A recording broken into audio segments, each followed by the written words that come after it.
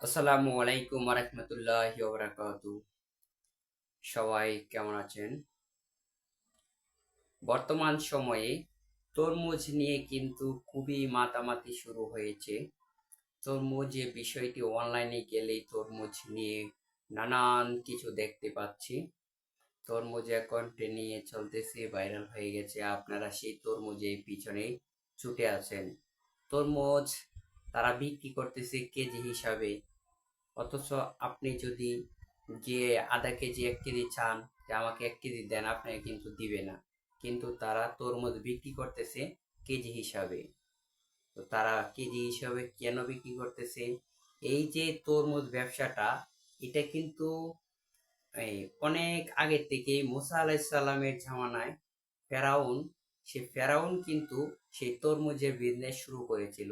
সে দেশে যত কাজ কাম ছিল সেগুলো করার পর যখন সে সফল হয়নি, তখন সে ইতিহাসে যেটা পাওয়া গেছে, সে চলে গিয়েছিল অনেক দূরে, গিয়ে দেখে যে ক্ষেতে মাদ্দেন বিছানো অবস্থায় দেখতে পেলো। তারপরে সে সেই জায়গা থেকে আইডিয়াটা পেলো। আইডিয়া থেকে সে তরমুজ ব্যবসা শুরু করলো। সেই তরমুজ ব্যবসাও কিন্তু ফেরাউন যখন করেছিল সেই তরমুজ ব্যবসা, তখন কিন্তু সে এইভাবে ওজন করে সে তরমুজ ব্যবসা শুরু করার একটা প্ল্যান করেছিল। তো বর্তমানে যে যারা এই তরমুজ ব্যবসায় করা যে আগ্রহটা করতেছে, তরমুজ ব্যবসা করতেছে, তারা কিন্তু মেপে মেপে তরমুজ দিতেছে। অথচ আপনি গিয়ে বলবেন যে ভাই তরমুজ যেহেতু মেপে বেচতেছেন, তাহলে আমাকে 1 কেজি দেন, আধা কেজি দেন, আপনাকে কিন্তু দিবেন।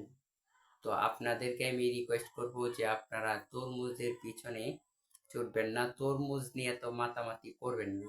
কারণ এই তরমুজের ব্যবসা কিন্তু সেই ফেরাউনের আমল থেকে এসেছে। ফেরাউন কিন্তু এই তরমুজের ব্যবসা করেছে। তো আপনি কেন শুধু শুধু এই তরমুজ নিয়ে এত মাতামাতি করবেন? আর বর্তমানে অনলাইনে ঢুকলেই শুধু তরমুজ আর তরমুজ। সেই তরমুজের পিছনে পড়বেন না ভাই।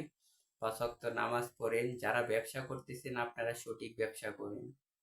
রাসূলুল্লাহ সাল্লাল্লাহু আলাইহি সাল্লাম বলেছেন, সৎ ব্যবসায়ী আল্লাহ রাসূলের সঙ্গে জান্নাতে যাবে।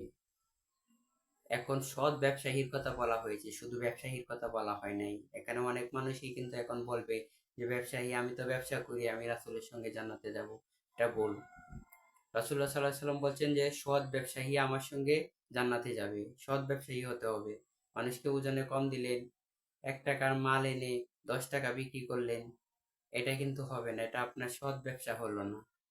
আপনি যে ন্যায্য যে দামটা সেটা নেবেন, এবং ওজন সঠিক ওজন দিতে হবে।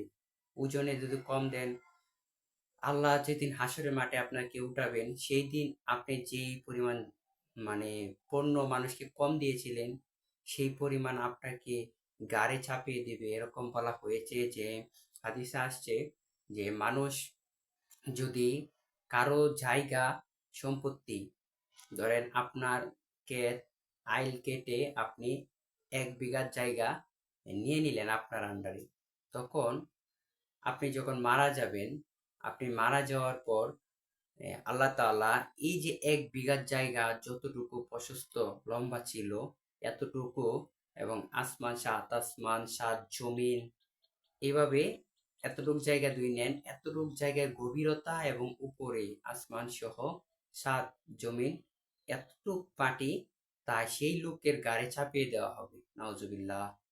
কতটা ভয়ঙ্কর ভাবে কথা বলেছেন যে মানুষকে ঠকানো যাবে না।